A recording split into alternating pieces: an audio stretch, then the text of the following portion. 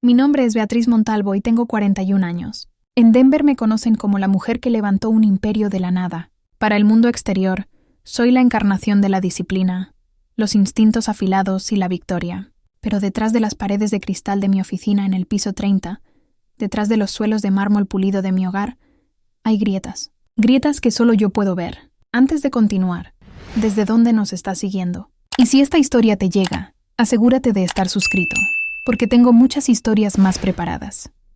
Esa tarde estaba preparando la cena. El aroma del ajo y el romero llenaba la cocina cuando sonó el timbre. Me sequé las manos en una toalla, molesta por la interrupción, pero la imagen del otro lado de la puerta me heló hasta los huesos. Un oficial uniformado parado bajo la lluvia, su gorra goteando agua, su mandíbula tensa. «Señora Montalvo», dijo con suavidad. «Me temo que su esposo estuvo en un accidente automovilístico fatal hace una hora». Por un latido del corazón, no pude respirar. Las palabras salieron de mi boca antes de procesarlas siquiera. Se equivoca. Mi esposo está arriba. Está durmiendo. El oficial frunció el ceño, intercambiando una mirada con el hombre más joven parado junto al coche patrulla. Su mano se movió cerca de la pistola en su cinturón. «Señora, entiendo que esto es difícil, pero tenemos el reporte. Su vehículo fue encontrado estrellado contra un árbol en la autopista 36. El médico forense ya...» «No», lo interrumpí, agarrando el marco de la puerta. «Está arriba. Se lo mostraré». Los conduje por el pasillo, mi pulso acelerado, mis tacones golpeando el suelo de madera como tambores. Cada paso cargaba el peso de la incredulidad. Sin embargo, mi mente ya estaba corriendo, calculando, analizando. Algo estaba mal. Rodrigo no se suponía que se fuera. No se suponía que me dejara antes de que yo lo dejara a él. La puerta de nuestro dormitorio estaba entreabierta, la habitación dentro envuelta en sombras. «Ven», grité, empujando la puerta más amplia. «Está justo ahí». Los oficiales dudaron, sus instintos susurrando peligro. El más joven movió la mano hacia su arma. Desde la entrada podían ver la forma en la cama, hombros anchos bajo las sábanas, cabello castaño extendido sobre la almohada. «Está justo ahí», insistí, mi voz endureciéndose. «Durmiendo. Se han equivocado». Pero algo en su expresión cambió. La voz del oficial mayor bajó. «Tenga cuidado. Señora, por favor, retroceda». Y en ese momento el recuerdo llegó como una inundación. ¿Cómo llegué aquí? ¿Por qué nunca podría creer que algo fuera lo que parecía? Años antes, había construido Industrias Montalvo de las cenizas. Cuando mi padre abandonó a nuestra familia, tenía 20 años, sin nada más que deudas y un sabor amargo de traición. Mientras otras mujeres jóvenes soñaban con amor, yo aprendí a calcular tasas de interés, presentar papeles de incorporación y exprimir cada onza de oportunidad de los restos del fracaso. A los 25, poseía 3 startups exitosas. A los 30 valía 50 millones. A los 35 me casé con Rodrigo Vega, un hombre encantador con ojos amables que parecía impresionado por mi éxito, pero no intimidado por él. Por un tiempo, pensé que finalmente había encontrado el equilibrio. Compramos la mansión en Highlands Ranch. Tuvimos a nuestra hija Esperanza, pero los imperios no se construyen solos. Trabajé días de 18 horas persiguiendo adquisiciones, aplastando competidores. Rodrigo, mientras tanto, se volvió más suave, más distante. Había sido comprensivo una vez, pero el apoyo se agrió en resentimiento. Nuestro matrimonio se convirtió en una actuación. Sonrisas en galas, cenas educadas, aniversarios marcados por citas en lugar de pasión. Aún así, nunca pensé que me traicionaría hasta que noté las señales. Sus repentinos arrebatos de alegría, la forma en que su teléfono zumbaba y él giraba la pantalla lejos de mí. El traje negro que parecía demasiado cuidadosamente elegido para una simple cena en casa. Y la forma en que me tocaba, vacilante, distraído, como si su mente estuviera en otro lugar. Esperanza, nuestra hija de 14 años, aún creía en nosotros. Saltaba a la cocina una tarde, toda inocencia y cabello dorado, preguntando si podía quedarse en casa de Patricia Herrera. El padre de Patricia era oficial de policía, y Esperanza hablaba de él con respeto de ojos abiertos. Mi hija aún creía que el mundo era seguro, que sus padres se amaban, que las familias se mantenían unidas sin importar qué. No sabía que su padre ya estaba planeando dejarnos a ambas. Los oficiales se movieron incómodamente en la entrada de mi dormitorio. Uno de ellos alcanzó su radio. La forma en la cama estaba inmóvil, demasiado quieta. Mi piel se erizó. Pero debajo del terror, una certeza más oscura se asentó en mí. Rodrigo había elegido su camino, y yo ya había empezado a prepararme para la guerra. Horas antes de esa llamada en la puerta, mientras dejaba mi copa de vino en mi estudio, ya había marcado a mi hermano Fernando. No habíamos hablado en meses, no desde que me criticó por elegir los negocios sobre la familia, pero respondió de todos modos. Necesito que investigues algo, dije sin preámbulos. Siempre directa, Fernando suspiró, directo al grano. ¿Qué es? Mi esposo y Andrés Fuentes. Un silencio se extendió, pesado y expectante. Beatriz, ¿estás segura de que quieres ir por ese camino? Moví el líquido ámbar en mi copa, el hielo tintineando como trueno distante. Solo hazlo. Ese fue el momento en que mi destino cambió. La llamada en la puerta, los oficiales con sus noticias trágicas, el supuesto accidente de Rodrigo, todo estaba conectado. Lo sabía en mis huesos. Pensaron que podían jugar conmigo, pero lo que no entendían es que construí mi imperio sobre una verdad inquebrantable. La información es poder. 3 días después, mi hermano Fernando llegó a mi hogar. No llamó primero. Nunca lo hacía cuando las noticias eran malas. Lo encontré en mi estudio sentado en la silla de cuero opuesta a mi escritorio, una carpeta manila descansando en su regazo como un arma. «No te va a gustar esto», dijo, su voz pesada con pesar. No me inmuté. Mi pulso ni siquiera se aceleró. Años de batallas en salas de juntas me habían entrenado bien. Entonces muéstramelo. Fernando deslizó la carpeta a través de mi escritorio. Mis dedos rozaron el borde antes de acercármela. Adentro había fotografías, granulosas pero inconfundibles. Rodrigo, mi esposo de 16 años, y Andrés Fuentes. Andrés, 6 pies de altura, de encanto desarmente. El hombre que una vez elegí como socio comercial por su brillantez y carisma. El hombre al que le había dado el 40% de Industrias Montalvo para expandir nuestro imperio.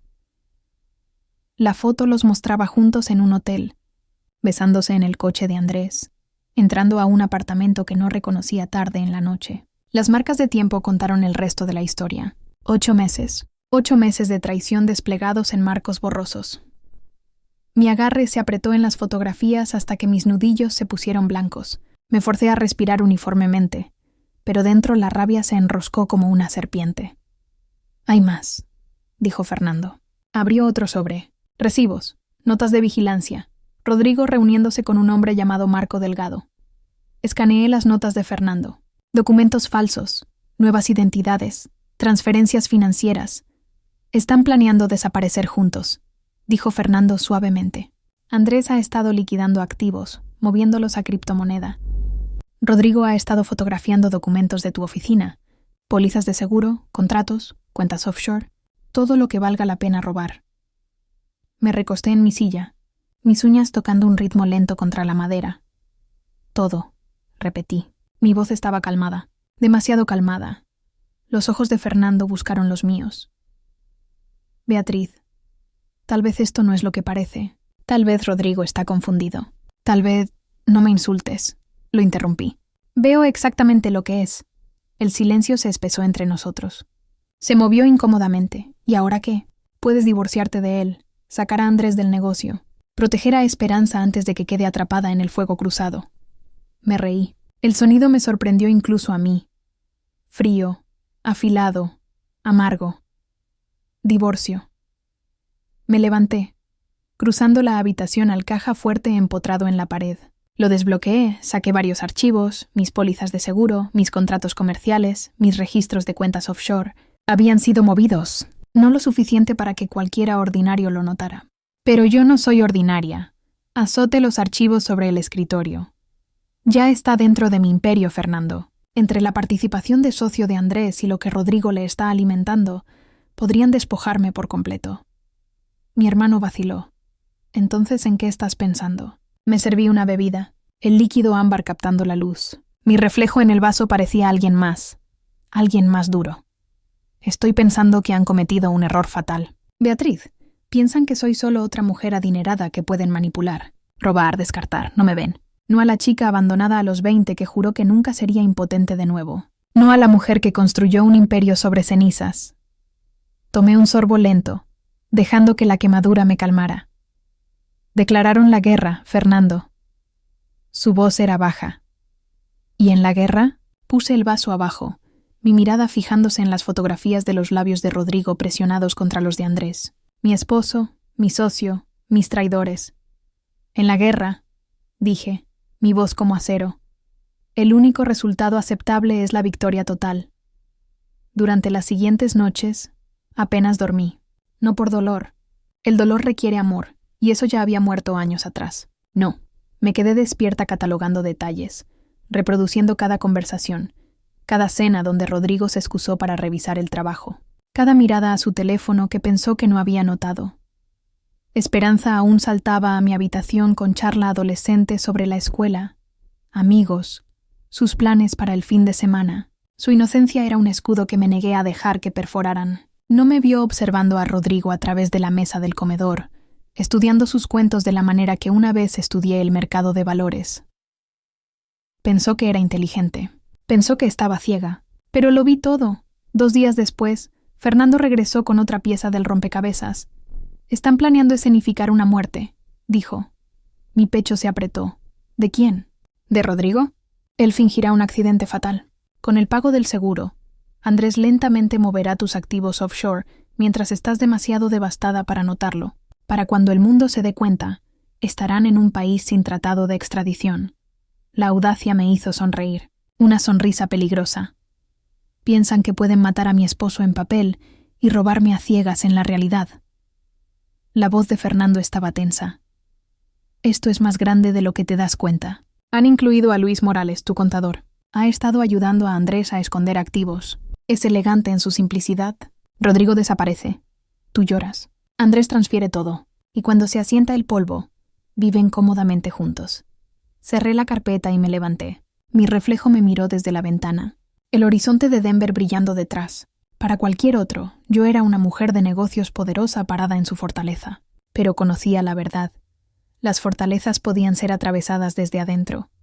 Piensan que son depredadores, murmuré. ¿Qué es eso?, preguntó Fernando. Me volví hacia él, mis labios curvándose en algo entre una sonrisa y una amenaza. No solo sobrevivo a la traición. Me incliné sobre el escritorio, tocando las fotografías con un dedo manicurado. La obliteró. La mañana después de que Fernando me entregó la carpeta final, me quedé mirando mi reflejo en el espejo del baño. Mis ojos estaban enmarcados de rojo por la falta de sueño, pero brillaban con una claridad que no había sentido en años. Esto no era desamor, era guerra, y tenía la intención de ganar.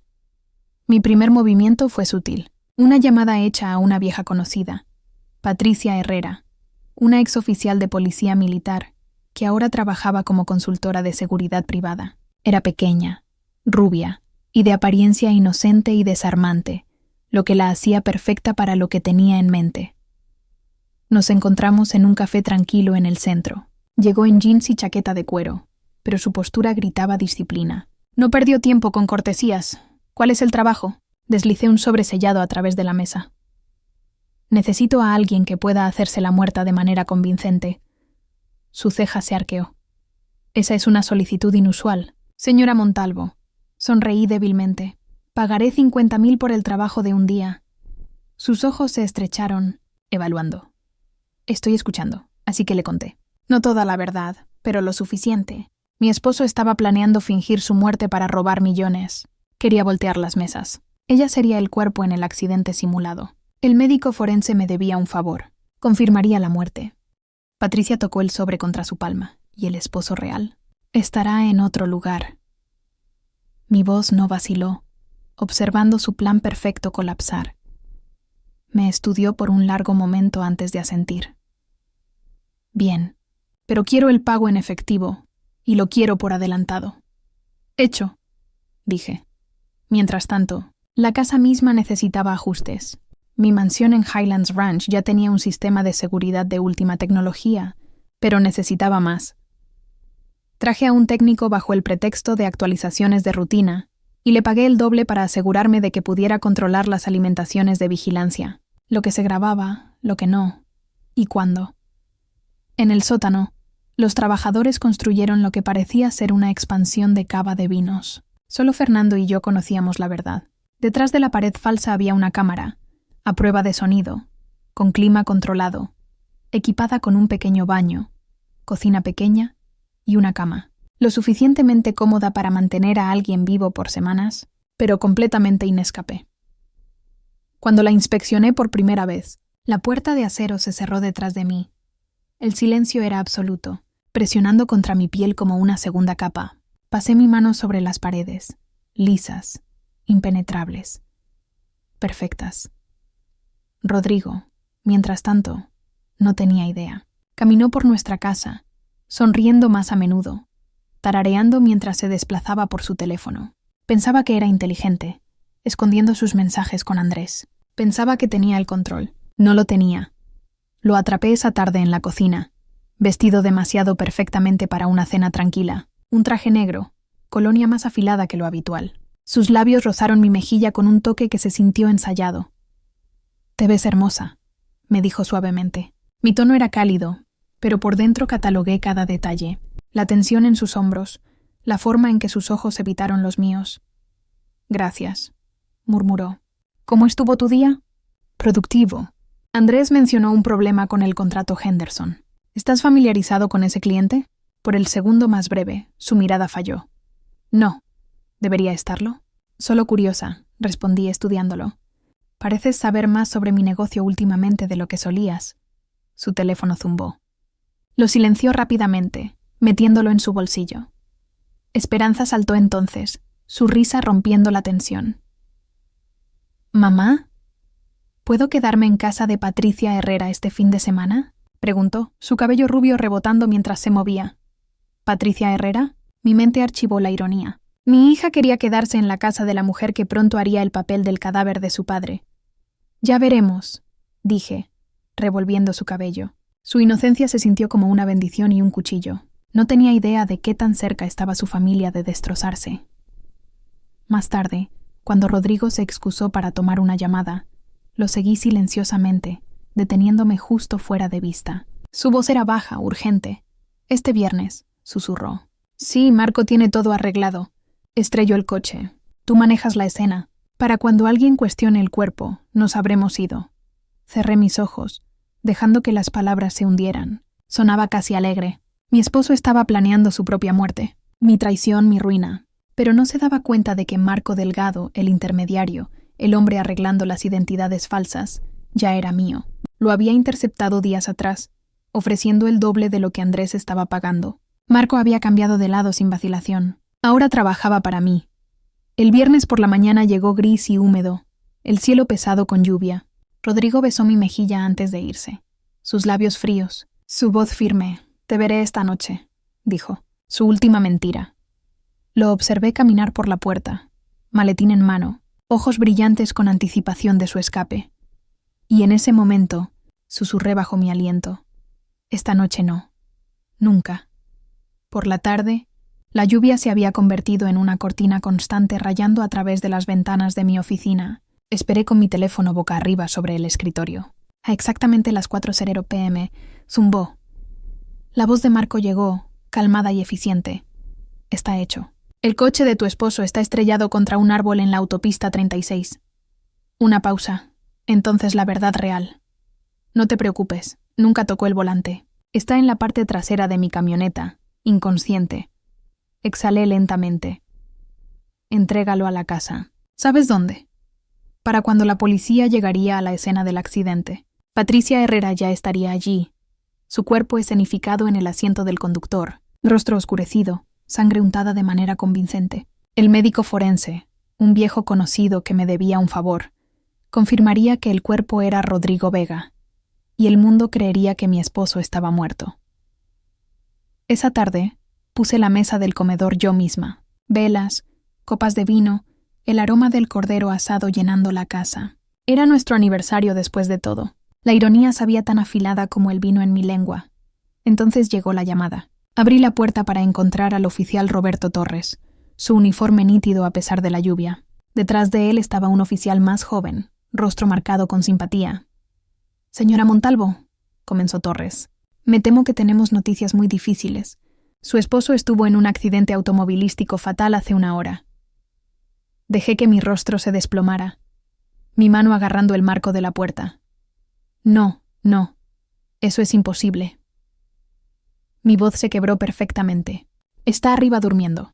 Tenía dolor de cabeza. Fue a acostarse. Los ojos de Torres se suavizaron, pero la duda parpadeó detrás de ellos. Señora, sé que esto es difícil de procesar, pero encontramos su vehículo. El médico forense confirmó. Están equivocados. Lo interrumpí, la desesperación vertiendo en mi tono. Está aquí. Se los mostraré. Los conduje por la escalera, cada paso pesado con pánico ensayado. La puerta de nuestro dormitorio estaba ligeramente entreabierta. Desde el pasillo, podían ver el contorno de un hombre bajo las sábanas, cabello castaño derramándose sobre la almohada. Ahí, dije, mi voz espesa de alivio. Ven, está justo ahí. Solo está durmiendo. Pero los instintos de Torres eran afilados. Se congeló, su mano flotando cerca de su arma. Señora, retroceda. El oficial más joven siguió, mano hacia la pistola nerviosa. Habían sido entrenados para escenas donde algo se sentía mal. Torres se acercó a la cama lentamente. Extendió la mano, tiró de la manta, entonces retrocedió. Su expresión se endureció, su voz cortante. Señora Montalvo, aléjese. En la cama yacía no Rodrigo Vega, sino un maniquí de tamaño natural, vestido con su ropa, usando su reloj, una peluca peinada exactamente como su cabello. La piel era extrañamente realista, pero fría, cerosa. El oficial más joven maldijo entre dientes. Torres sacó su arma. ¿Dónde está su esposo? Me tambaleé hacia atrás, sacudiendo mi cabeza salvajemente. ¿De qué están hablando? Estaba aquí, estaba justo aquí. Mi voz se alzó en un tono de histeria creíble. Por dentro, sentí lo opuesto, calma absoluta. Este era el momento para el que me había preparado. Mi actuación tenía que ser impecable. Estaba durmiendo cuando bajé, insistí. Alguien debe habérselo llevado. Por favor, tienen que encontrarlo. Torres y su compañero intercambiaron una mirada, su escepticismo palpable, pero todo lo que vieron fue una esposa afligida desenredándose, 30 pies debajo de sus pies. En la cámara a prueba de sonido que había construido, Rodrigo comenzó a despertar. Su cabeza latía, su boca estaba seca. Abrió sus ojos para encontrarse en una habitación extraña. Paredes color crema, alfombra suave, una cocina pequeña, incluso un baño. Se veía casi cómodo, casi. Pero no había ventanas, y la puerta era de acero. En la pared, un monitor grande parpadeó a la vida. Parpadeó duro, enfocándose hasta que se dio cuenta de lo que estaba viendo. Yo, parada en nuestro dormitorio, rodeada de policía, gesticulando salvajemente hacia el maniquí en nuestra cama. Mi voz se cargó a través de altavoces ocultos. Estaba justo aquí. Se ha ido. La sangre de Rodrigo se enfrió. Esto no era un accidente. Ya no era el plan de Andrés. Era mío. Los oficiales me escoltaron de vuelta abajo, su sospecha apretándose a mi alrededor como una soga. La voz de Torres era firme, controlada. Señora Montalvo, necesitamos que venga con nosotros a la estación. Tenemos preguntas. Las lágrimas rayaron mis mejillas. Perfectas. Lágrimas ensayadas. Por favor, solo encuéntrenlo. Es todo lo que tengo. Creían que me estaba rompiendo. No sabían que estaba construyendo. Mientras me guiaban lejos, eché un vistazo a la cámara de seguridad en la esquina del pasillo. Por el segundo más breve, dejé que mi máscara se deslizara lo suficiente para que la lente la captara. Una sonrisa, fría, depredadora. Y en el sótano, observando desde el monitor, Rodrigo también la vio. Su estómago se retorció mientras la realización se desplomó. Su esquema perfecto se había ido, y ahora estaba atrapado en el mío. Rodrigo despertó lentamente, como un hombre arañando su camino fuera del agua negra. Su cabeza palpitaba, su garganta áspera. Por unos momentos, pensó que estaba en una habitación de hotel. Paredes color crema, alfombra suave, incluso una mini nevera zumbando débilmente. Pero entonces vio la puerta. Acero reforzado, con cerrojos, sin ventanas. El pánico surgió. Se tambaleó hacia la puerta, golpeando con ambos puños hasta que le dolieron. «Hola, alguien. Déjenme salir». Un crujido de estática le respondió. Entonces mi voz, suave, medida, imposible de confundir. «Buenos días, querido». Rodrigo se congeló. Su pecho se agitó mientras miró hacia el monitor, parpadeando a la vida. La pantalla me mostró a mí, su esposa, parada en nuestra sala de estar, rodeada de oficiales de policía. mis hombros encorvados, mi voz temblando mientras les decía que mi esposo había desaparecido. Pero no era dolor lo que Rodrigo vio, era actuación. ¿Qué has hecho?, gritó, su voz quebrada. Te he dado exactamente lo que querías, respondí uniformemente, mi voz haciendo eco a través de altavoces ocultos. Querías desaparecer, empezar de nuevo. Considera esto tu nuevo comienzo. Su puño se estrelló contra la puerta de acero. Beatriz, por favor déjame salir. Me temo que eso no es posible, dije. Según El Mundo, Rodrigo Vega murió en un accidente automovilístico esta tarde. Incluso hay un cuerpo para probarlo. Bueno, lo suficientemente cerca para la investigación inicial. En el monitor, vio cómo Andrés Fuentes entró a la sala de estar, su rostro cuidadosamente pintado con dolor. Me abrazó en la puerta, su voz susurrada, consoladora. Lo siento mucho, dijo Andrés. Si hay algo que necesites... Rodrigo se tambaleó hacia atrás, su estómago retorciéndose. Su amante, el hombre por quien arriesgó todo, estaba arriba abrazando a su esposa, ofreciendo condolencias por su muerte. ¿Ves?, dije a través del intercomunicador, mi tono casi gentil. El hombre por quien renunciaste a 16 años de matrimonio está aquí interpretando al amigo afligido. Es bueno, se lo concederé. Casi creíble. Los ojos de Rodrigo se quemaron. No hagas esto. ¿Qué hay de Esperanza? Es nuestra hija. Me necesita. Por primera vez mi voz se endureció. Todo calor despojado. No, Esperanza necesita estabilidad. Necesita amor. No necesita un padre que finge su propia muerte y roba su futuro. Las lágrimas se acumularon en sus ojos. Por favor, solo déjame verla. Ella cree que estás muerto, dije fríamente. Le están diciendo que su padre murió instantáneamente en un accidente automovilístico. Llorará y sanará, pero nunca sabrá la verdad sobre lo que eres. Rodrigo presionó su frente contra la puerta de acero fría. Sus hombros se sacudieron. No puedes mantenerme aquí. Esto es secuestro. Es ilegal. Lo interrumpí con una risa baja. ¿Ilegal? Rodrigo, estabas a punto de escenificar tu propia muerte. Cometer fraude de seguros. Vaciar mis cuentas y desaparecer con mi socio comercial. Escribiste tu propia sentencia mucho antes de que yo interviniera. La ley solo verá a un ladrón que murió trágicamente. ¿Y yo? La cámara captó mi rostro mientras me volví ligeramente hacia ella. Mis ojos brillaron, y por primera vez le permití ver la verdad debajo de la máscara. Yo soy la viuda.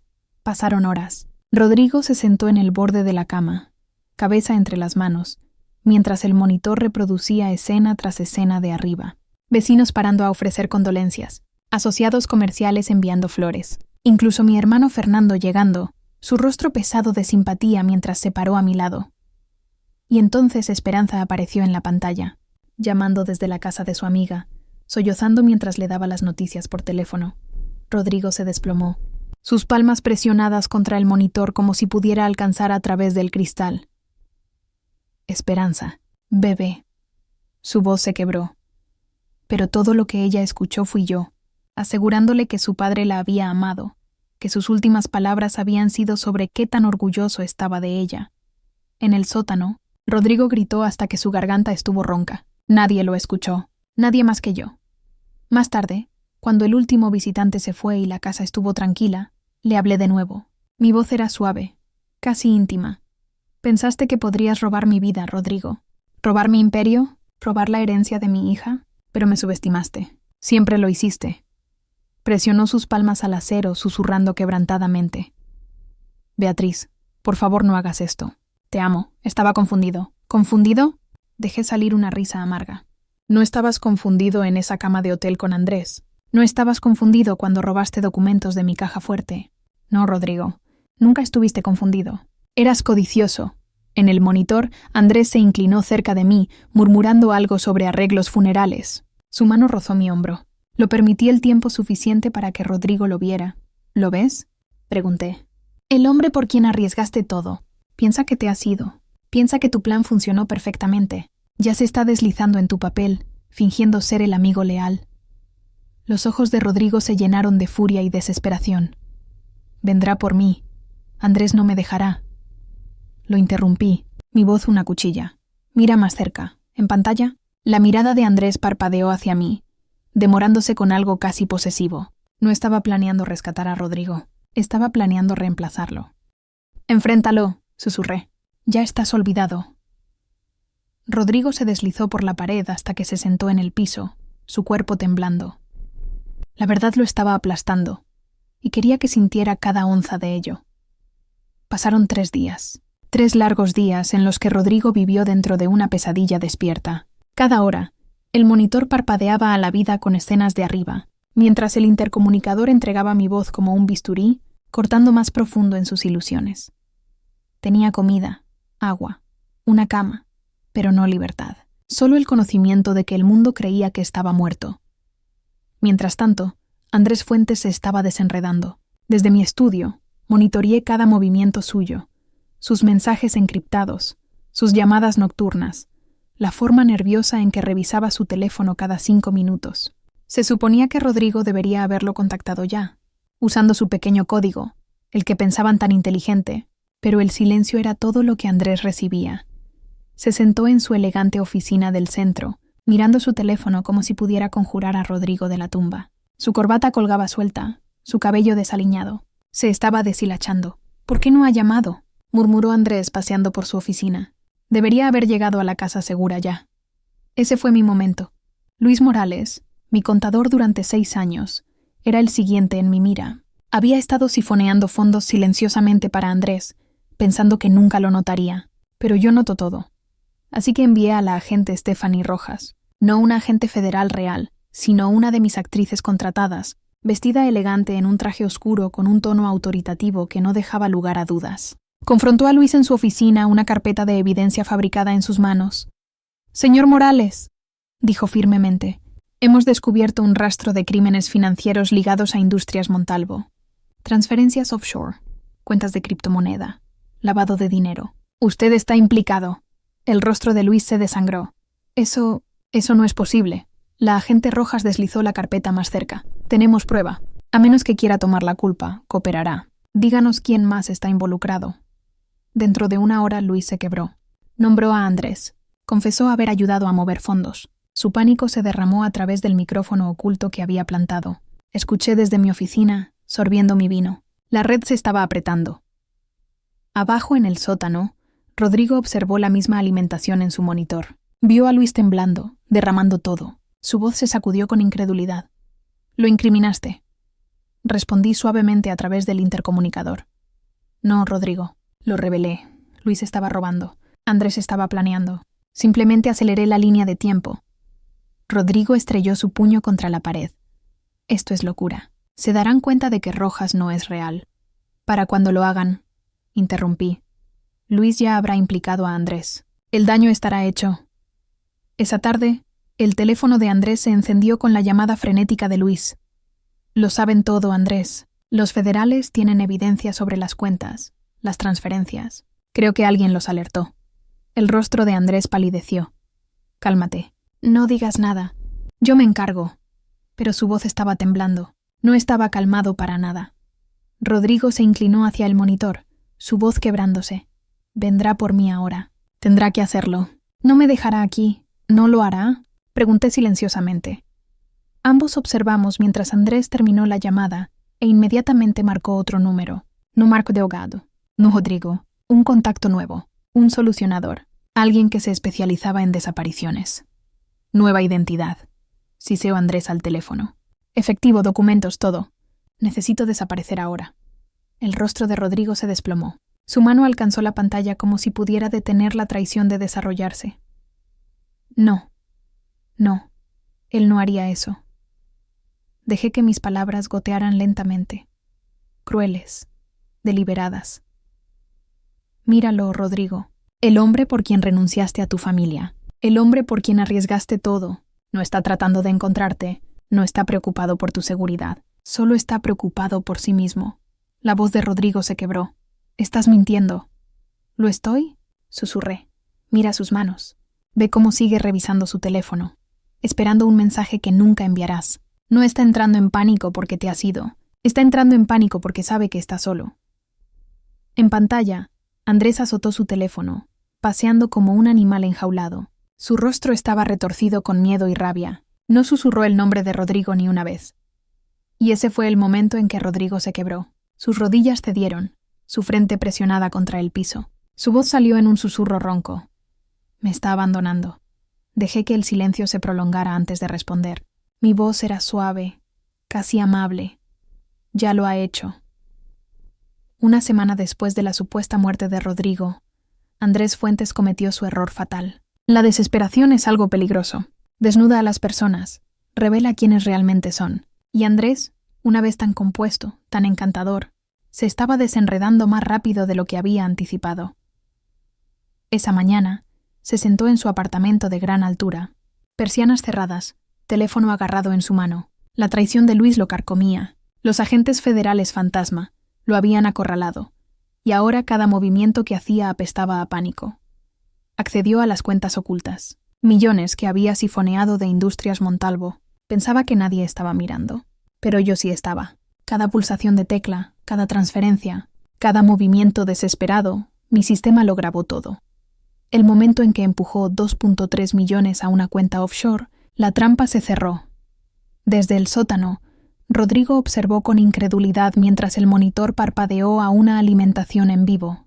Coches policiales rodearon el edificio de Andrés, pero esta vez no eran mis actores contratados. Era el verdadero departamento de policía de Denver. El oficial Roberto Torres mismo dirigió la carga, irrumpiendo por la puerta de Andrés. Andrés Fuentes, ladró Torres. Está arrestado por malversación, fraude electrónico y conspiración para cometer robo. Las esposas hicieron clic alrededor de las muñecas de Andrés. Gritó con ojos salvajes. Esto es una locura. No he hecho nada malo, pero la evidencia era abrumadora. Documentos, cuentas, testimonios meticulosamente construidos, entregados a las autoridades por mí.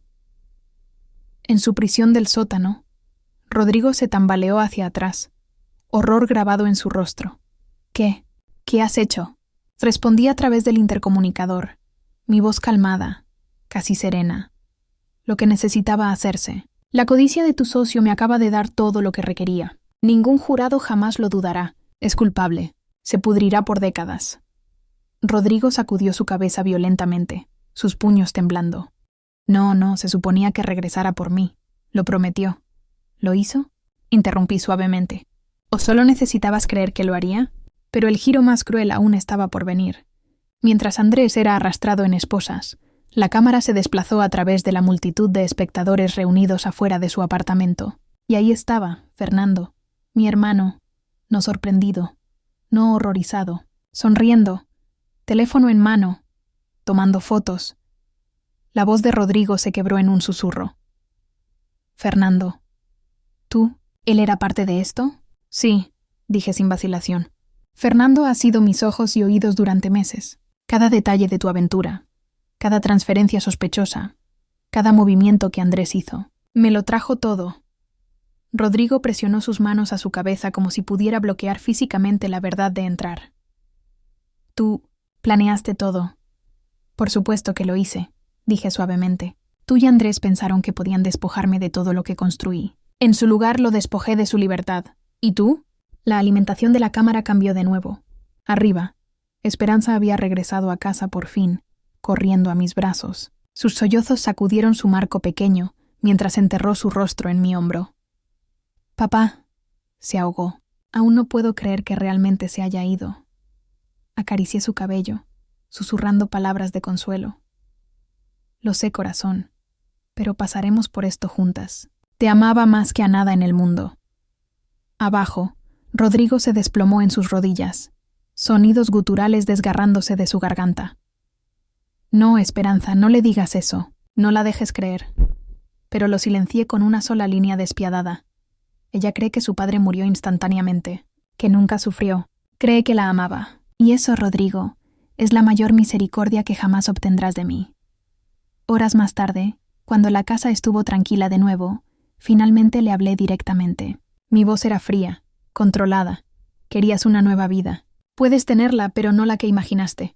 Aquí está tu elección, Rodrigo. Puedes quedarte aquí, desaparecer para siempre y dejar que el mundo crea que estás muerto. O puedes resurgir. Pero si lo haces, destruyes el futuro de Esperanza. Su herencia se congela, su inocencia se rompe, y aprende la verdad, que su padre era un ladrón que fingió su propia muerte. Rodrigo levantó su rostro hacia la cámara, sus ojos huecos, lágrimas cortando líneas por sus mejillas. Por favor, solo déjame verla una vez, por favor. Dejé que el silencio se extendiera antes de responder. Mi tono era hielo. No. Ella te llora ahora, y ese dolor es más limpio, más amable que la verdad. Se desplomó contra la pared, sollozando como un niño, y lo observé imperturbable porque en ese momento sabía que lo había quebrado completamente. Los días siguientes fueron una sinfonía de destrucción orquestada. Mientras Rodrigo se marchitaba en su prisión subterránea, yo me movía por Denver como una fuerza de la naturaleza, cerrando cada cabo suelto, sellando cada grieta en mi venganza. Luis Morales desapareció en protección de testigos, su testimonio asegurando la condena de Andrés. Los activos robados fueron rastreados y congelados. Las cuentas offshore fueron expuestas y confiscadas. Industrias Montalvo no solo sobrevivió al escándalo, sino que prosperó en su aftermath, más fuerte que nunca. La prensa retrató a Rodrigo como una víctima trágica, un hombre inocente que murió en el momento equivocado, mientras su esposa luchaba valientemente para reconstruir después de las traiciones de su socio comercial corrupto. Yo era la viuda simpática, la empresaria resiliente, la madre soltera criando a su hija en medio de la tragedia. Nadie sospechó la verdad. En mi oficina, revisaba los reportes financieros con una satisfacción que me calentaba como whisky fino. Cada número, cada gráfica, cada proyección contaba la misma historia. Victoria absoluta. Pero la dulzura real de mi triunfo vino cuando Fernando me visitó con las noticias finales. Andrés se declaró culpable. Dijo, hundiendo en la silla frente a mi escritorio. Cadena perpetua sin posibilidad de libertad condicional. Sus abogados dijeron que era su mejor opción. Sonreí, inclinándome hacia atrás en mi silla. ¿Y el resto de la red? Desmantelada.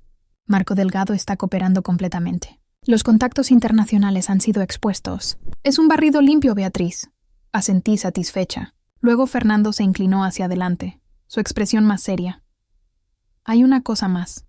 Andrés está pidiendo ver a Rodrigo. Piensa que está en algún programa de protección de testigos. Quiere hacer las paces antes de que lo trasladen a prisión federal.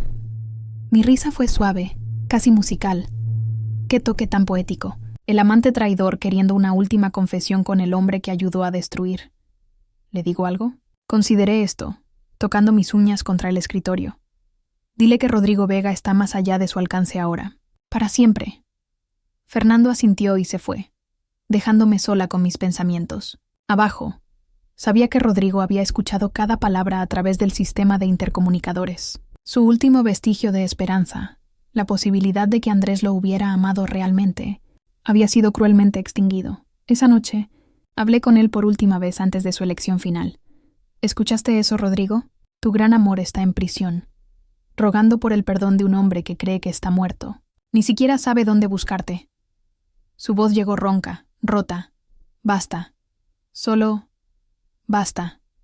No, dije suavemente. No has escuchado lo mejor. Andrés le dijo a los investigadores que tú eras el verdadero cerebro detrás del esquema, que él era solo un peón en tu plan maestro. Te está culpando a ti, Rodrigo. Incluso ahora, incluso en prisión, te está traicionando de nuevo. El silencio desde abajo era absoluto. Luego, apenas audible, llegó el sonido de llanto quebrado. Elige, dije finalmente, muerte o exilio, pero elige ahora. Su respuesta llegó como un susurro. Exilio. 2 semanas después de que Rodrigo Vega supuestamente muriera, me pidió verme. No a través del monitor, no a través del intercomunicador, sino cara a cara. Acepté. No por misericordia, sino porque quería ver la ruina en sus ojos. Llevé una silla al sótano, colocándola cuidadosamente frente a él. La habitación olía débilmente a desinfectante y miedo. Rodrigo se sentó encorvado en la cama, más delgado, más pálido, su postura una vez perfecta rota. Cuando levantó su cabeza, sus ojos estaban inyectados en sangre. Se veía mayor, más pequeño, te ves terrible. Observé fríamente, acomodándome en la silla. Sus labios se torcieron en una media sonrisa amarga. 2 semanas en una prisión que diseñaste harán eso. A pesar de todo me notó, cómo había cambiado, más afilada, más delgada, cada rastro de suavidad quemado. La venganza me sentaba bien. Se inclinó hacia adelante, su voz quebrándose. ¿Por qué, Beatriz? ¿Por qué este esquema elaborado? ¿Por qué no solo divorciarte de mí? Exponer a Andrés. Seguir con tu vida. Encontré su mirada sin parpadear. Porque el divorcio te habría dado la mitad de todo lo que construí. Porque exponer a Andrés sin ti lo habría hecho un mártir. Porque seguir adelante habría significado que ganaste. Y yo no pierdo. Su garganta trabajó mientras tragó. Entonces esto es sobre ganar. No, corregí suavemente. Esto es sobre justicia. Tú y Andrés pensaron que podían destruir mi vida y marcharse ricos. En su lugar él está en prisión federal. Luis está en protección de testigos. Y tú estás aquí eligiendo entre muerte y exilio. Las manos de Rodrigo temblaron en su regazo. Y Esperanza, ¿no te importa lo que esto le está haciendo? Por primera vez, algo parpadeó en mi pecho, un dolor controlado firmemente, pero mantuve mi voz uniforme. Esperanza está mejor creyendo que su padre murió instantáneamente que sabiendo que era un criminal que la traicionó. Heredará todo ahora. Será criada por una madre que realmente la ama y nunca tendrá que aprender la verdad sobre ti. Las lágrimas llenaron sus ojos. No la estaba abandonando. El plan era robar 50 millones y desaparecer con Andrés. Espeté. No me insultes fingiendo que ella fue parte de tu plan. Era una consideración posterior. Su silencio fue admisión. Por fin, susurró. Elijo el exilio, pero tengo condiciones. Mis cejas se arquearon. Difícilmente estás en posición de negociar. No me importa. Quiero actualizaciones sobre Esperanza. Fotos, reportes, prueba de que está prosperando. Y prométeme que nunca sabrá la verdad sobre mí. Lo estudié por un largo momento. Entonces asentí una vez. Ella cree que moriste instantáneamente, que no sufriste, que tus últimas palabras fueron sobre qué tan orgulloso estabas de ella. Ese es el recuerdo que conservará. Las lágrimas se derramaron por su rostro. Gracias. No me agradezcas todavía, dije fríamente. Tu nueva identidad viene con reglas. Vivirás en un pueblo pequeño en Montana bajo el nombre Daniel Rivera. Trabajarás como contador para un negocio familiar. Conducirás un coche usado. Nunca contactarás a nadie de tu vida anterior. Nunca buscarás a Esperanza. Nunca regresarás a Denver. Su voz se quebró. ¿Y si rompo esas reglas? Me incliné hacia adelante, mis ojos brillando. Entonces el mundo aprenderá que Rodrigo Vega no fue asesinado en un accidente. Fingió su muerte como parte del esquema de malversación de Andrés. La herencia de Esperanza desaparecerá, y te pudrirás en prisión federal hasta el día que mueras. Ponme a prueba, Rodrigo. Ve si vacilo. Se estremeció, enterrando su rostro en sus manos. Sabía que no vacilaría. 3 días después, Fernando lo condujo por el campo de Montana, una camioneta pick-up, un camino polvoriento de 2 carriles. Silencio pesado entre ellos. Mientras se acercaban al pequeño pueblo donde comenzaría su nueva vida, Fernando finalmente habló. Sabes que aún te ama a su manera. Rodrigo se burló amargamente. Forma graciosa de mostrarlo. Beatriz no perdona, dijo Fernando simplemente. Nunca lo ha hecho. No desde que nuestro padre se fue, pero tampoco odia sin causa. Lo que hiciste, lo que le hiciste a Esperanza, rompió algo en ella que no se puede arreglar.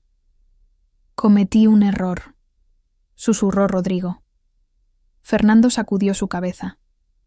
Los errores son olvidar aniversarios, dejar la leche afuera. Lo que hiciste fue traición, cuidadosamente planeada durante meses. Hay una diferencia. La camioneta se detuvo frente a un apartamento modesto sobre una librería. Fernando le entregó un sobre. Tu nueva identidad, llaves, suficiente efectivo para empezar. El pueblo piensa que eres un viudo de California. Hasta donde el mundo concierne, Rodrigo Vega está enterrado en Denver. Rodrigo miró el sobre. Sus manos se sacudieron. ¿Te volveré a ver alguna vez? Fernando encendió el motor. No. Mientras se alejó, dejando a Rodrigo solo en esa calle polvorienta, la verdad se hundió. Rodrigo Vega estaba muerto, y Daniel Rivera viviría en su lugar. De regreso en Denver, yo prosperé. Esperanza sanó lentamente, aunque el dolor aún surgía en sus ojos cuando hablaba de su padre. La tranquilicé, la sostuve, la guié a través de cada hito. El negocio floreció. Con Andrés en prisión y Luis borrado de mi mundo, Industrias Montalvo se alzó más alto que nunca. Mi imperio estaba seguro. Y cada noche dormí profundamente, sabiendo que aquellos que me traicionaron habían sido destruidos completamente. Pero había un detalle final que necesitaba atención. Una tarde, Mientras revisaba reportes en mi oficina, mi asistente anunció una visitante inesperada. Señora Montalvo, hay una mujer aquí que dice ser la hermana de Andrés Fuentes. Insiste en hablar con usted. Levanté la mirada, intrigada. Andrés nunca había mencionado a ninguna hermana. Hazla pasar. La mujer que entró era alta, elegante, con el cabello castaño oscuro peinado hacia atrás y ojos que brillaban con inteligencia y algo más. Algo peligroso. Señora Montalvo, dijo, su voz suave pero firme. Mi nombre es Isabela Fuentes. Soy hermana de Andrés. Me recosté en mi silla, estudiándola. No sabía que Andrés tuviera una hermana.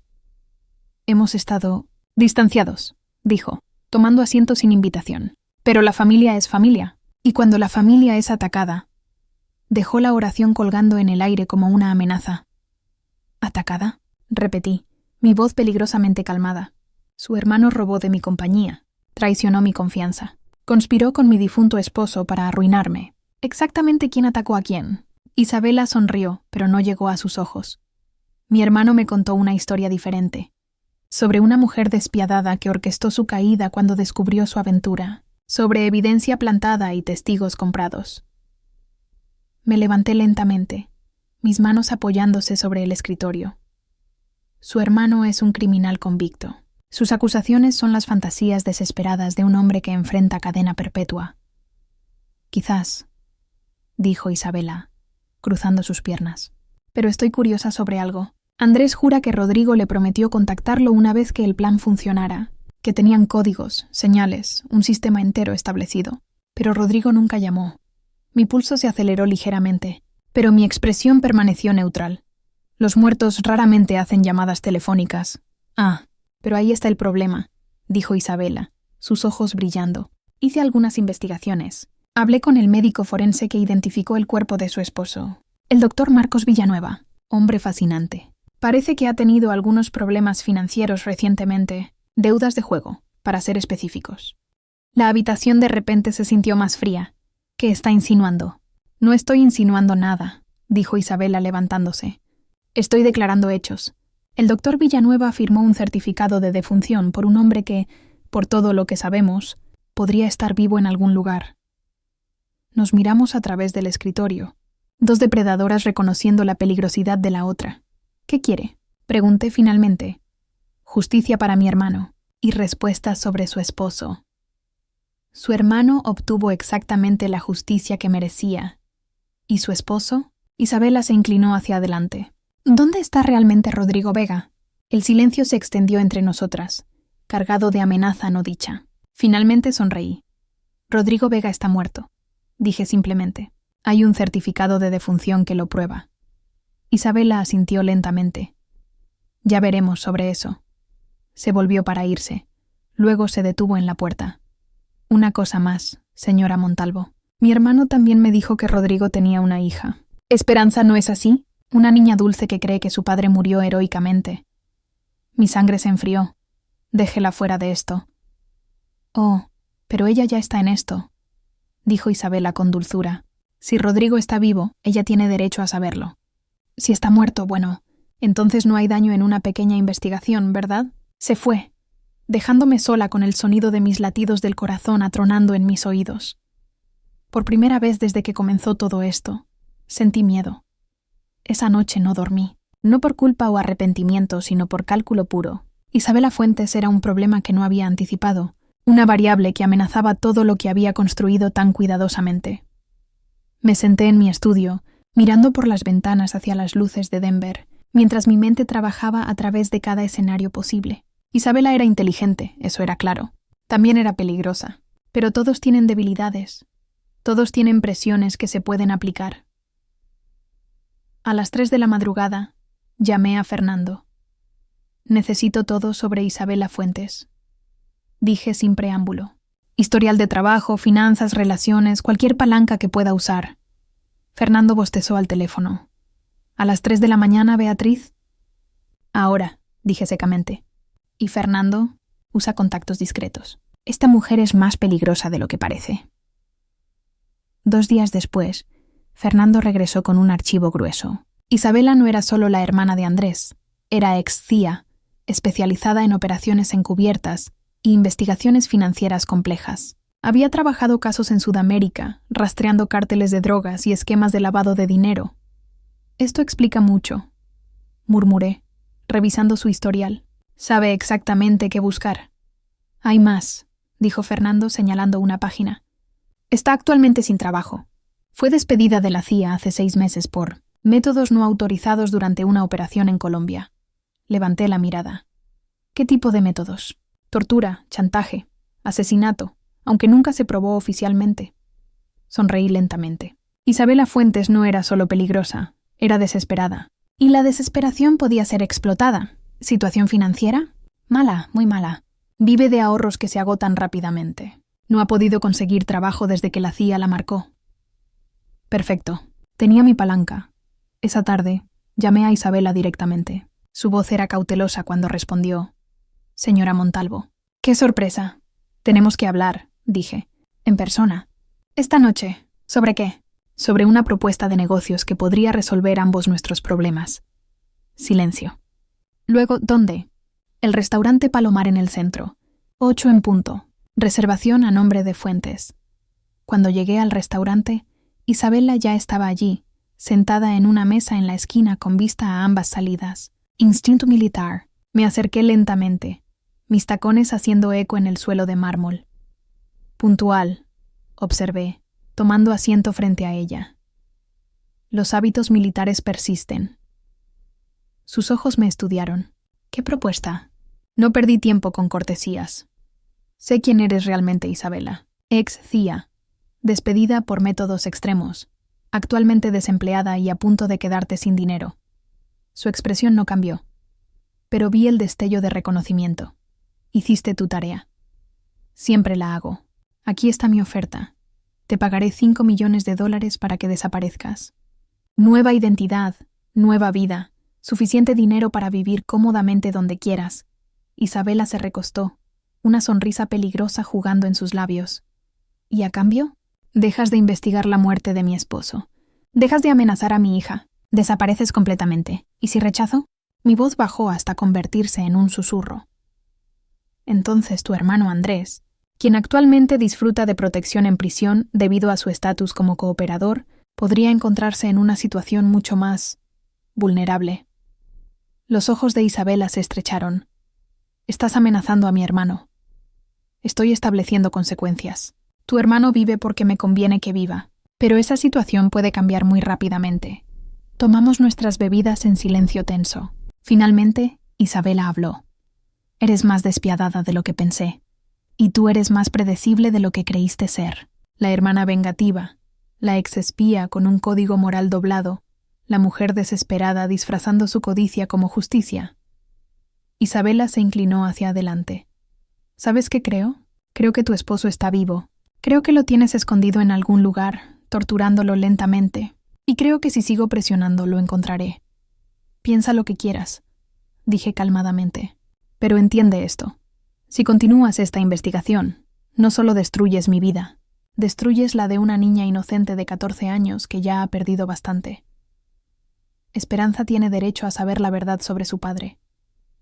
Esperanza tiene derecho a la paz, a la estabilidad, a una madre que la ama incondicionalmente. Me levanté, dejando dinero en la mesa. Tienes 24 horas para decidir. 5 millones y una nueva vida, o las consecuencias de continuar.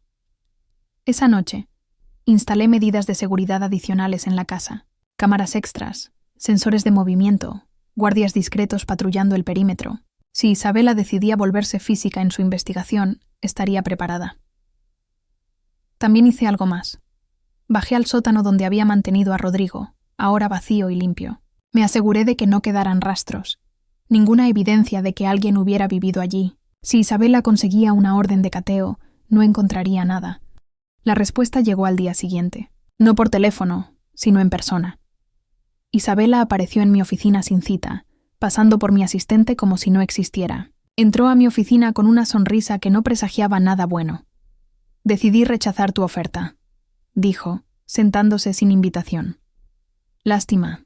Esperaba que fueras más inteligente. Oh, soy inteligente. Tan inteligente que descubrí algo interesante anoche.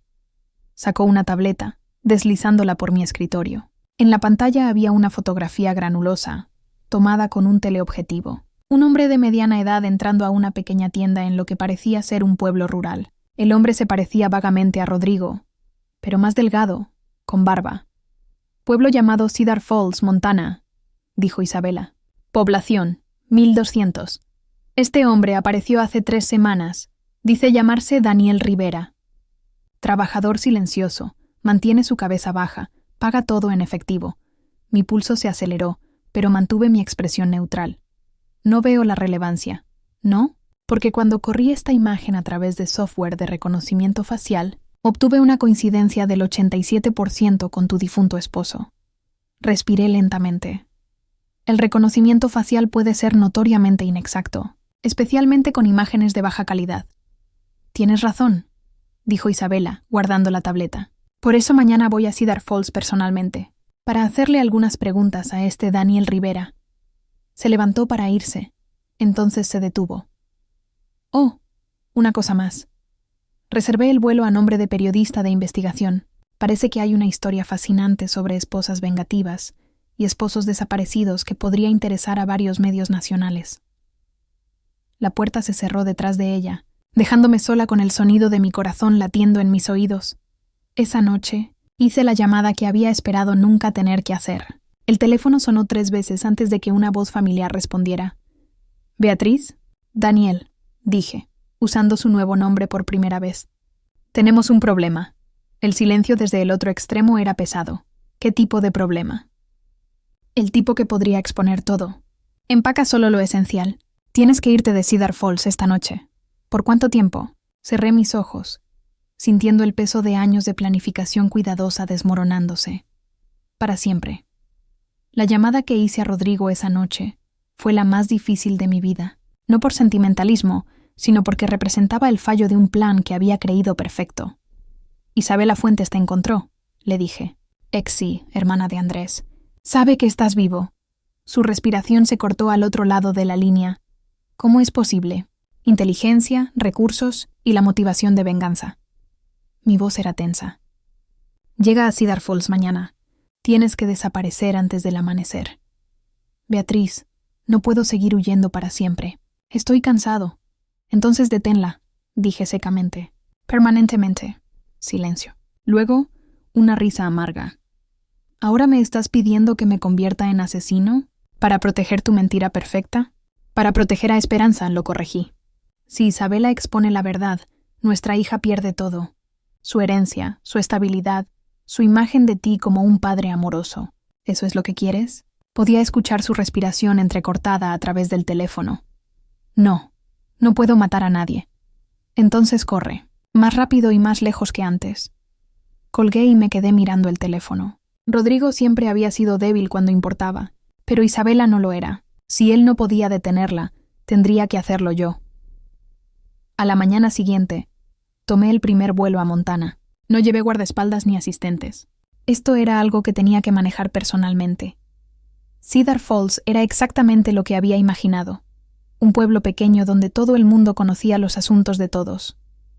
Renté un coche en el aeropuerto más cercano y conduje las 2 horas hasta el pueblo. Planificando cada movimiento cuando llegué, ya era demasiado tarde. El coche de alquiler de Isabela estaba estacionado frente al único hotel del pueblo. A través de la ventana del café principal, pude verla sentada con un hombre de mediana edad con barba. Rodrigo, usando el nombre Daniel Rivera, parecía un ciervo en los faros delanteros. Estacioné donde podía observar sin ser vista y llamé al teléfono de Rodrigo. Lo vi mirar su dispositivo, luego excusarse de la mesa. «Está aquí», susurró cuando contestó. «Sabe quién soy. ¿Qué le dijiste?» «Nada todavía. Está siendo sutil, haciendo preguntas sobre mi pasado, mi familia. Pero sabe. Lo veo en sus ojos». «Escúchame cuidadosamente», dije. «Sal del café, ve a tu apartamento. Empaca todo y ve al punto de encuentro que discutimos. ¿Y Isabela?» Miré hacia el café donde ella esperaba pacientemente el regreso de su presa. «Yo me encargo de Isabela». Esperé hasta que Rodrigo salió del café, ofreciendo alguna excusa débil a Isabela. Ella no trató de seguirlo inmediatamente. En su lugar pidió otra taza de café y sacó su teléfono, probablemente llamando refuerzos o contactos en los medios. Me acerqué al café casualmente, como cualquier viajera buscando una comida caliente en un pueblo pequeño. Isabela levantó la vista cuando entré, sorpresa parpadeando en sus ojos antes de transformarse en algo más peligroso. Señora Montalvo. ¡Qué coincidencia! ¿Lo es? Me senté frente a ella sin invitación. O tal vez ambas estamos aquí por la misma razón. Estoy aquí como periodista, investigando una historia sobre identidades falsas. Y yo estoy aquí como empresaria, protegiendo los intereses de mi familia. Nos estudiamos mutuamente a través de la mesa, dos depredadoras reconociendo la peligrosidad de la otra. Tu esposo está vivo, dijo finalmente. Rodrigo Vega está muerto. Hay un certificado de defunción que lo prueba. Daniel Rivera es Rodrigo Vega. Daniel Rivera es un contador de Montana con una vida triste y aburrida. Isabela sonrió fríamente. ¿Sabes qué voy a hacer ahora? Voy a llamar al FBI. Voy a llamar a CNN. Voy a hacer que esta historia sea tan grande que no podrás enterrarla con dinero o amenazas. Podrías hacer eso, concordé. Pero antes de hacerlo, permíteme contarte sobre tu hermano Andrés. Su sonrisa falló. Andrés recibió protección especial en prisión porque cooperó con las autoridades. Su celda, sus comidas, sus privilegios, todo está arreglado para mantenerlo a salvo. Me incliné hacia adelante. Pero los arreglos pueden cambiar. Los guardias pueden ser sobornados. Los otros prisioneros pueden ser informados sobre ciertos aspectos de su caso. Estás amenazando a mi hermano. Estoy estableciendo realidades. Tu hermano vive porque me conviene que viva. Pero si insistes en destruir la vida de mi hija, esa conveniencia termina. Isabela se quedó inmóvil por un largo momento. Cuando habló, su voz era peligrosamente tranquila. Eres un monstruo. Soy una madre protegiendo a su hija. ¿Qué me hace eso realmente, Isabela? Se levantó abruptamente, tirando dinero en la mesa. Esto no termina aquí. Sí lo hace, dije suavemente. Una forma u otra termina aquí. Esa noche, Isabela Fuentes fue encontrada muerta en su habitación de hotel. Aparentemente un ataque al corazón, según el médico forense local, sin signos de violencia, sin evidencia de juego sucio. Solo el corazón de una mujer que había vivido demasiado estrés durante demasiado tiempo, finalmente cediendo. Por supuesto, ayudó que el médico forense fuera un viejo amigo de la familia, alguien que entendía el valor de la discreción, y que Isabela hubiera tenido una condición cardíaca previa que pocos conocían. Rodrigo desapareció esa misma noche. Para cuando las autoridades locales procesaron la escena, Daniel Rivera se había esfumado como si nunca hubiera existido. Los residentes de Cedar Falls lo recordarían como un hombre tranquilo que mantuvo su privacidad, nada más. Regresé a Denver sabiendo que mi secreto estaba a salvo, al menos por ahora, pero también sabiendo que siempre habría otros Isabela Fuentes en el mundo. Otros cazadores buscando presas, otros problemas que resolver. La guerra nunca realmente termina, solo cambia de forma. 5 años después de la muerte de Rodrigo Vega, me senté en la primera fila de la graduación de la preparatoria de Esperanza. A mis 46 años, había logrado todo lo que me propuse. Un imperio intacto, una hija brillante, y la venganza más perfecta que el mundo había visto. Pero mientras observaba a mi hija cruzar el escenario para recibir su diploma, algo frío se asentó en mi estómago. Esperanza era hermosa, inteligente y completamente mía. Durante 5 años, había sido la madre perfecta, presente en cada evento escolar, apoyándola en cada crisis adolescente, asegurándome de que nunca dudara de que era amada. Pero también había sido cuidadosa, muy cuidadosa. Cada historia sobre su padre había sido meticulosamente construida, cada recuerdo fabricado con precisión quirúrgica. Papá estaría tan orgulloso, susurró Esperanza mientras posaba para fotos después de la ceremonia. Sus ojos brillantes con lágrimas no derramadas. Lo estaría, concordé, abrazándola fuerte, más orgulloso de lo que puedes imaginar. Pero mientras decía las palabras, sentí el peso familiar de la mentira. No remordimiento, exactamente. El remordimiento requiere arrepentimiento, y nunca me había arrepentido de proteger a mi hija. Pero sí sentía algo más complejo. El reconocimiento de que la verdad, sin importar qué tan cuidadosamente la entierre, siempre encuentra formas de filtrarse. La primera grieta en mi fachada perfecta vino 3 días después de la graduación. Estaba en mi oficina, revisando los números trimestrales de Industrias Montalvo. cuando mi asistente anunció una llamada. El identificador de llamadas mostraba un número que no reconocí, pero algo en el tono de mi asistente me hizo tomarla. Beatriz Montalvo, respondí. Señora Montalvo. La voz era masculina, mayor, con un ligero acento que no pude ubicar. Mi nombre es Dr. Marcus Webb, soy psiquiatra forense, y estoy llamando sobre su difunto esposo. Mi agarre en el teléfono se apretó. ¿Disculpe? Trabajo con el Departamento de Justicia en casos de personas desaparecidas. Recientemente hemos reabierto varios archivos fríos, incluyendo algunos relacionados con muertes sospechosas. El nombre de Rodrigo Vega apareció en nuestra lista. El caso de mi esposo fue cerrado hace años, dije cuidadosamente. Murió en un accidente automovilístico. Sí, eso dice el archivo oficial, pero hay algunas inconsistencias que nos gustaría aclarar. ¿Estaría disponible para una entrevista? ¿Qué tipo de inconsistencias? Preferiría discutir eso en persona. ¿Cuándo sería conveniente? Programé la reunión para el día siguiente. Luego pasé el resto de la tarde haciendo llamadas. Mi contacto en el departamento forense había muerto 2 años atrás. El doctor Villanueva, quien había firmado el certificado de defunción de Rodrigo, se había mudado a México. Las personas que habían ayudado a construir mi mentira perfecta ya no estaban disponibles para mantenerla. Pero había otros que sí. Esa noche, llamé a Fernando. Necesito que rastrees a alguien, le dije. Dr. Marcus Webb, psiquiatra forense con el DOJ. Todo sobre él. Historial personal, casos previos, debilidades. ¿Problema? Potencialmente un problema muy grande. El Dr. Webb llegó a mi oficina al día siguiente luciendo exactamente como había imaginado. Mayor, distinguido, con ojos que habían visto demasiado. Se sentó frente a mi escritorio con la confianza de un hombre acostumbrado a hacer preguntas difíciles. Señora Montalvo, gracias por su tiempo. Sé que esto debe ser doloroso. ¿En qué puedo ayudarle, doctor? Abrió un archivo delgado. Estamos investigando una red de muertes falsificadas y nuevas identidades que operaba en el área de Denver hace varios años. Su esposo encaja en el perfil de víctimas potenciales. Mi pulso se aceleró ligeramente, pero mantuve mi expresión neutral. No entiendo. Mi esposo murió en un accidente.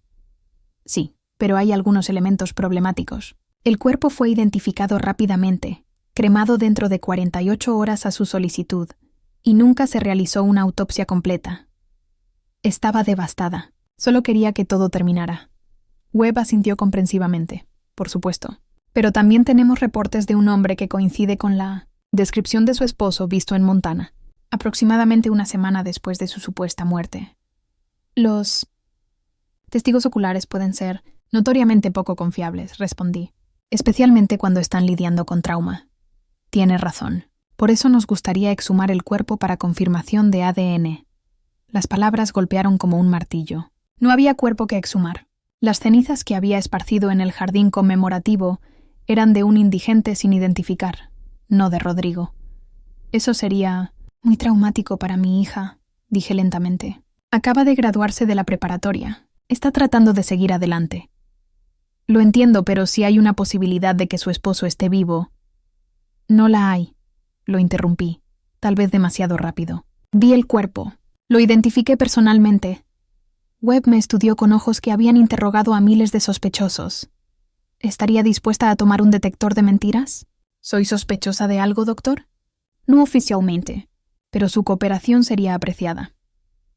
Esa noche, después de que Webb se fue, me senté en mi estudio con una copa de vino, considerando mis opciones. Podía cooperar y arriesgarme a que descubrieran la verdad. Podía resistir y parecería culpable, o podía encontrar otra solución. La respuesta llegó cuando Fernando regresó con el archivo sobre Webb. Tiene una debilidad, dijo, deslizando la carpeta por mi escritorio. Su hija, Jessica Webb, 23 años, adicta a la heroína, ha estado entrando y saliendo de rehabilitación durante los últimos 5 años. Levanté la mirada. Continúa. Acaba de salir de rehabilitación de nuevo, viviendo en un apartamento de mierda en el centro, tratando de mantenerse limpia. Webb paga su alquiler, sus facturas, todo. La ama desesperadamente. Sonreí lentamente. ¿Y las recaídas pueden ser tan impredecibles? 3 días después, Jessica Webb murió de una sobredosis en su apartamento. La heroína había sido cortada con fentanilo, una combinación letal que se estaba volviendo demasiado común en las calles. Su muerte fue clasificada como accidental, una tragedia más en la epidemia de opioides. Dr. Marcus Webb tomó licencia indefinida del DOJ para lidiar con su pérdida. El caso de Rodrigo Vega fue reasignado a un investigador junior quien rápidamente lo priorizó bajo otros casos más urgentes, pero el daño ya estaba hecho. Por primera vez en 5 años, había tenido que matar para proteger mi secreto. Y peor aún, Esperanza había comenzado a hacer preguntas. «Mamá», dijo una tarde, encontrándome en mi estudio, «¿por qué nunca hablamos sobre cómo murió papá realmente?» Levanté la mirada de mis documentos. «¿Qué quieres decir, corazón?» «Quiero decir los detalles. ¿Dónde estaba yendo? ¿Por qué estaba conduciendo tan tarde? Si sufrió...» Sus ojos se llenaron de lágrimas. Solo tengo estos fragmentos de recuerdos de esa noche. Tú llorando, policías en nuestra casa, pero todo parece borroso. Mi sangre se enfrió. Tenías 14 años, Esperanza. El trauma puede hacer que los recuerdos sean confusos. Pero hay cosas que no tienen sentido. Como, ¿por qué fue cremado tan rápido? ¿Por qué no tuvimos un funeral tradicional? Me levanté, cruzando hacia ella. Estaba siguiendo los deseos de tu padre. Él siempre dijo que quería ser cremado. ¿Lo dijo? Porque he estado leyendo sus viejos correos electrónicos, y en uno de ellos le dice a su hermano que le aterra la cremación, que quiere ser enterrado junto a sus padres. El mundo se detuvo. Había olvidado esos correos electrónicos, archivados en una cuenta antigua que pensé que nadie revisaría. Las personas cambian de opinión, dije débilmente. Esperanza me estudió con ojos que eran demasiado inteligentes, demasiado perceptivos. ¿Hay algo que no me estás diciendo sobre papá? En ese momento, mirando el rostro de mi hija, la hija por quien había destruido vidas y construido mentiras, me di cuenta de la verdad terrible. No la estaba protegiendo. La estaba envenenando. Cada mentira que había contado, cada historia que había fabricado, había creado un fundamento podrido bajo su vida entera. Pero era demasiado tarde para la verdad, demasiado tarde para la honestidad.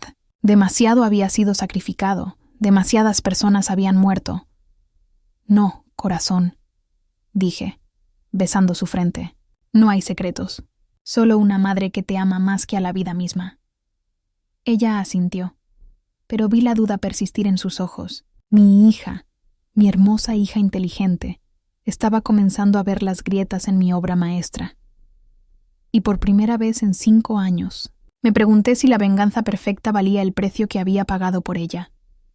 Esa noche, me senté en mi escritorio y escribí una carta. No para Esperanza, no para el mundo, sino para el hombre que había creado este desastre. El hombre cuya traición había desencadenado todo. Rodrigo, escribí, donde sea que estés, espero que valiera la pena. Espero que tus últimos 5 años de libertad hayan compensado los años de mentiras que tu hija tendrá que vivir.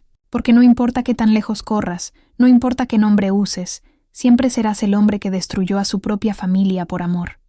Sellé la carta sin dirección. No sabía dónde estaba, si aún vivía, si alguna vez pensaba en nosotras. Pero escribir las palabras me trajo una extraña paz. La guerra había terminado. Había ganado. Pero como toda victoria, había llegado con un costo que solo ahora estaba comenzando a comprender. En los años siguientes, mientras Esperanza crecía y se convertía en una mujer, las preguntas nunca se detuvieron completamente, pero tampoco las respuestas. Y yo, Beatriz Montalvo, la mujer que había construido un imperio sobre cenizas y mentiras, continué viviendo la única verdad que conocía. Que algunas victorias son tan completas que te destruyen tanto como a tus enemigos. El precio de la venganza perfecta es que nunca puedes dejar de pagarla.